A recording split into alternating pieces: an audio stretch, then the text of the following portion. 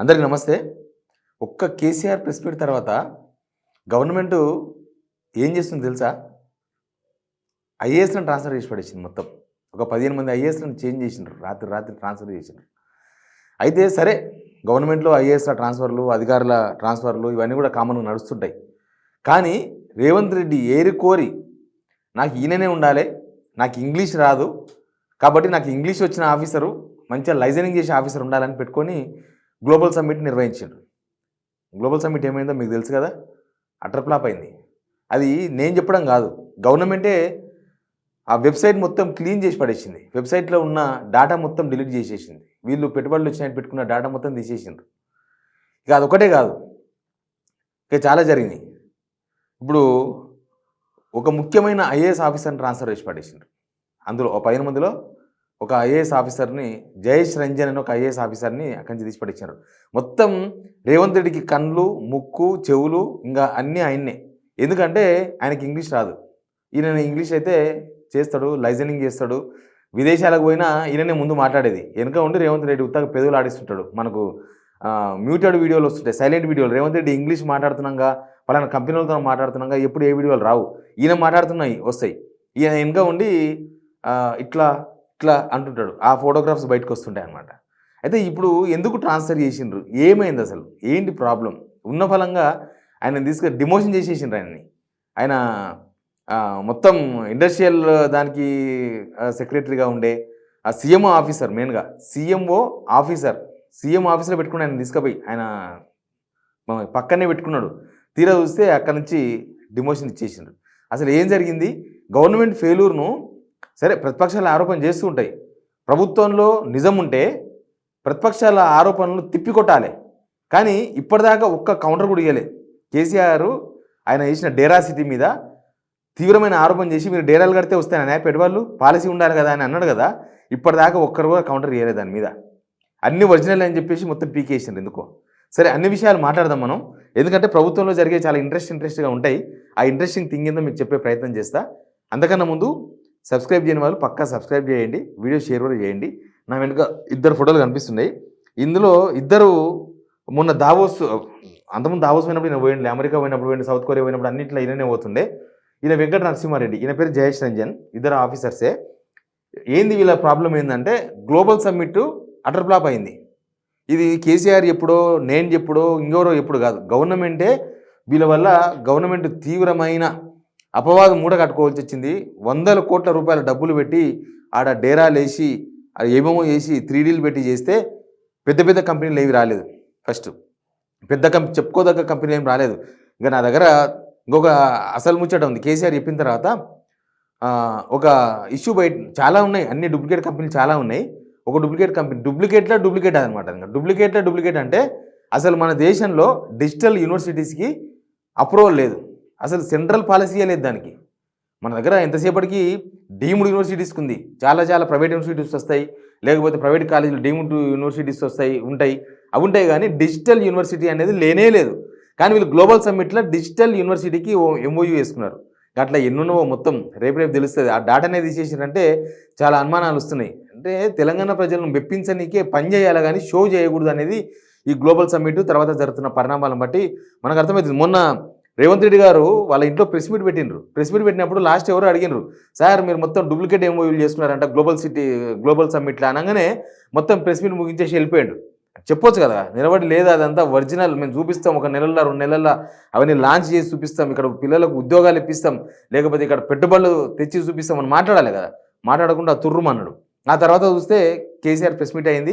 KCR press meet తర్వాత ఏకంగా TGIAC అంటే తెలంగాణ ఇండస్ట్రియల్కి సంబంధించిన ఆ వెబ్సైట్ ఉంది కదా, ఆ వెబ్సైట్లోకి వెళ్ళి మొత్తం డాటా తీసేసిండ్రు. అప్పటిదాకా దానిలో మేము అది ఎంఓయూ చేసుకున్నాం, ఇది అండర్స్టాండింగ్ చేసుకున్నాం, ఇన్ని కోట్ల పెట్టుబడులు వస్తున్నాయి, ఇన్ని ఉద్యోగాలు వస్తున్నాయని చెప్పేసి ఇంత పెద్ద చార్ట్ ఉండే దానిలో. ఆ చార్ట్ ఎందుకు తీసేసిండ్రు? మీరు ఆ చార్ట్ తీసేసి మళ్ళీ పెడతారేమో అనుకుంటే ఇప్పటికి 4 రోజులు అయిపోయింది, అసలు చార్ట్ మళ్ళీ పెట్టను కూడా పెట్టలే. అంటే దానిలో మొత్తం డూప్లికేట్ కంపెనీలు ఉన్నాయా? మీరు చేసిన గ్లోబల్ సమ్మిట్ డూప్లికేటా? అదే అర్థమైతే లేదు నాకు. అసలు ఆ గ్లోబల్ సమ్మిట్ మీద మొత్తం నీళ్ళు కమ్ముకున్నాయి. ఇప్పుడు ఈయనను యాక్చువల్గా జయేష్ రంజన్ అనే పర్సను, ఈయన పేరు వెంకట నరసింహారెడ్డి, ఈయననేమో అడిషనల్ సీఓగా పనిచేసినట్టు అదే డిపార్ట్మెంట్లో. ఈయననేమో ఇంకా ఆఫీసరే సీఎంఓలో పనిచేసిండు, ఆయన సీఎంఓలో తీసుకుపోయి పెట్టుకున్నారు. యాక్చువల్గా కేటీఆర్ ఉన్నప్పటి నుంచి ఈయన ఆ డిపార్ట్మెంట్కు ఐటీ అండ్ ఇండస్ట్రియల్ దానికి సెక్రటరీగా పనిచేసిండు, స్పెషల్ సెక్రటరీగా పనిచేసిండు. అయితే కేటీఆర్ ఏమో ఏం పని చేయలేదంట, కేటీఆర్ ఏ కంపెనీలు తీసుకురాలేదని చెప్పిండ్రు.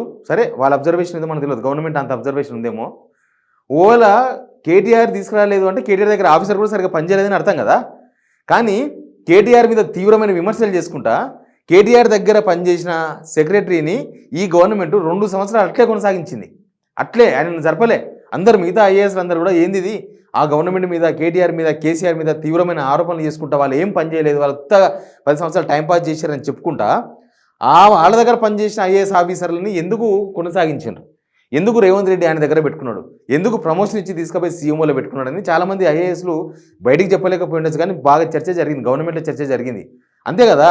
ఇప్పుడు కేటీఆర్ పని చేయలేదు అంటే కేటీఆర్ దగ్గర ఆఫీసర్ వేస్ట్ అని అర్థం. కానీ ఆఫీసర్ మాత్రం కావాలి అంటే కేటీఆర్ కూడా పనిచేసిండు అనే విషయం వీళ్ళు కూడా తెలుసు, బయటికి అట్లా మాట్లాడతారు. అయితే ఇప్పుడు ఈయన చాలా కీలక రోల్. ఇప్పుడు ఎందుకు కీలక రోల్ అంటే ఈ 2 ఇయర్స్లో రేవంత్ రెడ్డికి ఇంగ్లీష్ రాదు.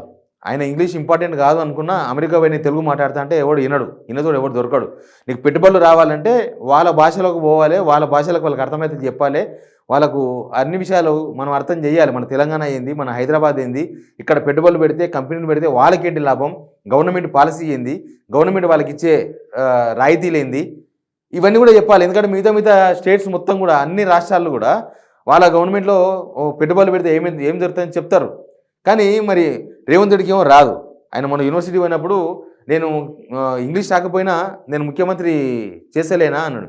ముఖ్యమంత్రిగా చేయొచ్చు కానీ మంచి ముఖ్యమంత్రిగా చేయాలి.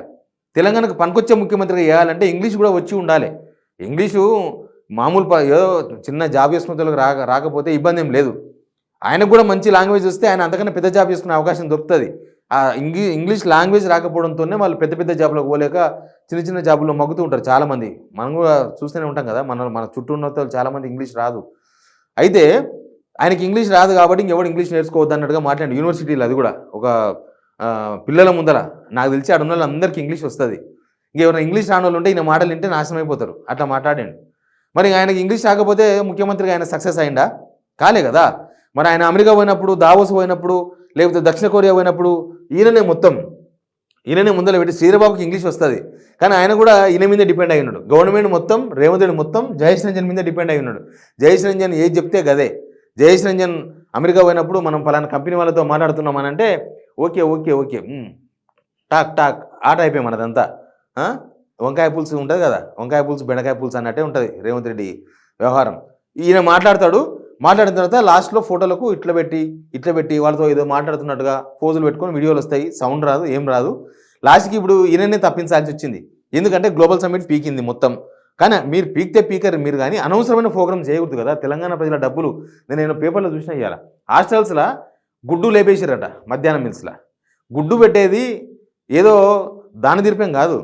ఆ పిల్లలకు కొంత విటమిన్స్ అవసరం ఉంటుంది. చదువుకునే పిల్లలకు, పేద పిల్లలు, గవర్నమెంట్ స్కూల్స్కి వచ్చే పిల్లలకు కొద్దిగా ఎంకరేజ్మెంట్ ఉంటుంది, హెల్తీగా ఉంటుంది, దానికోసం పెడతారు. అది 8 రూపాయలు అయిందని చెప్పేసి గుడ్డు బంద్ చేశారట.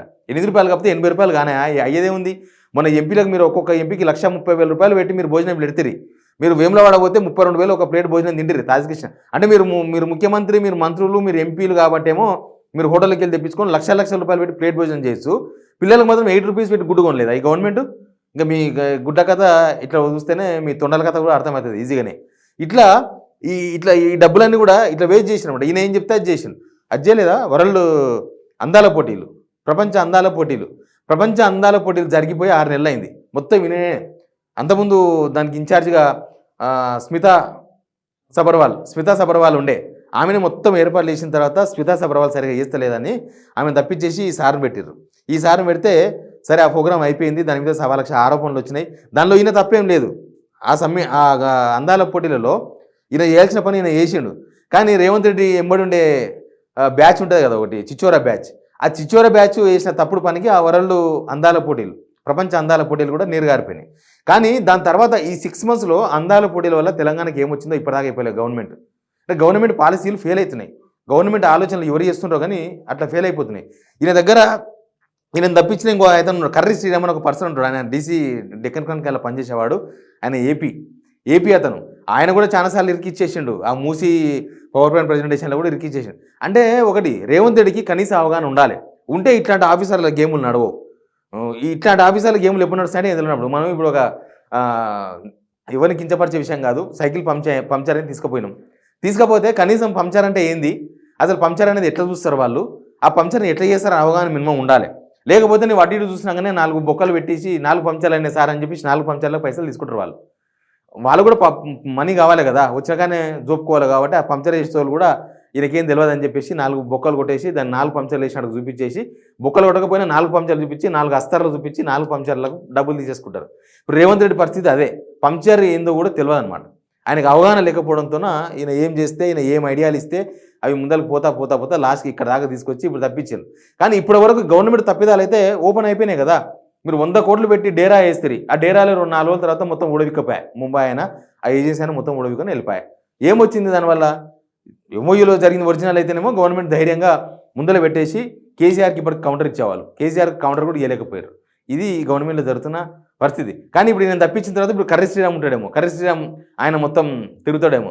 ఎనీవే ఇంకేమైనా ఇంగ్లీష్ బాగా వచ్చిన వాళ్ళని పెట్టుకోండి సార్, లేకపోతే మళ్ళీ ఇంకా తప్పు నిర్ణయాలు తీసుకునే అవకాశం అయితే కనిపిస్తుంది. ఇంగ్లీష్ వచ్చిన వాళ్ళే కాదు, కొంచెం తెలంగాణ మీద ప్రేమ ఉన్న వాళ్ళని పెట్టుకుంటే ఇంకా బెటర్. దానివల్ల ఇంకా తెలంగాణకి ఏమైనా మంచి జరిగే అవకాశం ఉంటుంది. కానీ గవర్నమెంట్ ఫెయిల్యూర్స్ గవర్నమెంటే కళ్ళకు కట్టినట్టుగా బయటకు ఇట్లా ప్రదర్శిస్తుంది అనమాట. 3Dలు 4Dలు 5Dలు వేసి అందరికి జనాలకు చూపిస్తున్నది. ఇప్పుడు ఇలా ట్రాన్స్ఫర్ చేసిన తర్వాత మాత్రం గవర్నమెంట్ ఎంత అటర్ ఫ్లాప్ అయిందో ఈజీగా అందరికి అర్థమయ్యేలాగా అనిపిస్తుంది. Please subscribe signal TV.